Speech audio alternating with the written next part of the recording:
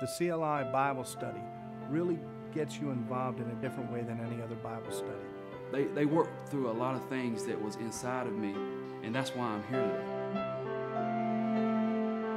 I had such a thirst and desire to know God. I mean, I really wanted to know Him. So in addition to reading the Bible, I started reading Christian books. And every time I had a question, God would bring just the right book at just the right time. And so I thought, wow, wouldn't it be great if other people had the advantage of these books? Without CLI in prison, you don't get a lot of the resources you need within the prison system. We receive our books from individuals and churches. Churches can do book drives for us and then deliver them to CLI. That one book they may donate to a chaplain library will get read by thousands of inmates. I first learned about CLI when I got a book from another inmate. It just spoke to me, and I knew God was using that book to speak to me. And once I got through reading the book, I looked in the back and there was a stamp from CLI and their contact information, so I just wrote them a letter. They answer every letter, which is a great thing. Letters in prison are gold. If you get a letter from the outside, that is the greatest thing you can get first thing in the morning. So you got a letter back that was handwritten, directly answering questions and edifying you in a Christian way. When the volunteer writes back to that inmate, he knows that somebody is really on the outside that cares for him. From there, we can connect them to our Bible study and start discipling them and helping them to live the life that they were meant to live.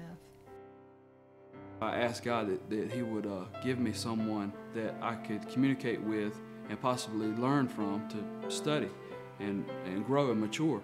I wrote them a letter and just shared with them where I was at, and instantly they contacted me back.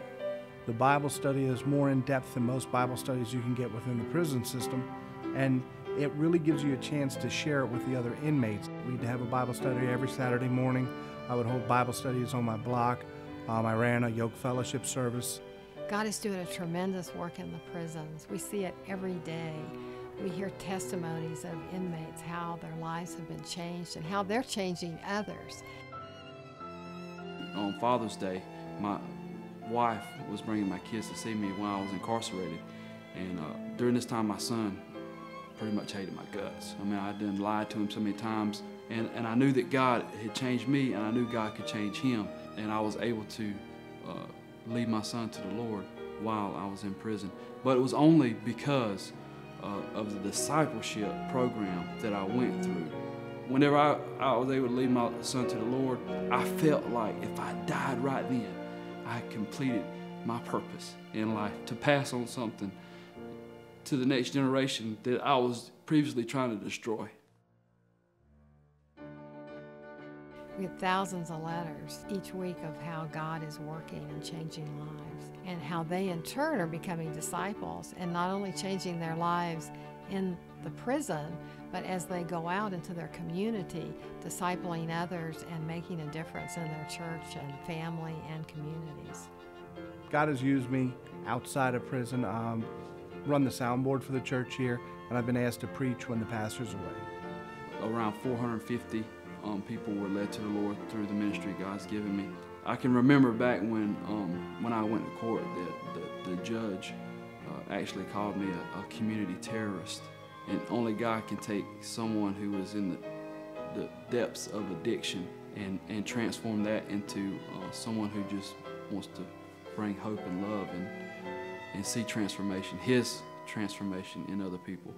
God's Word, in no matter what form, will always accomplish the purpose for which it was sent. It never returns void.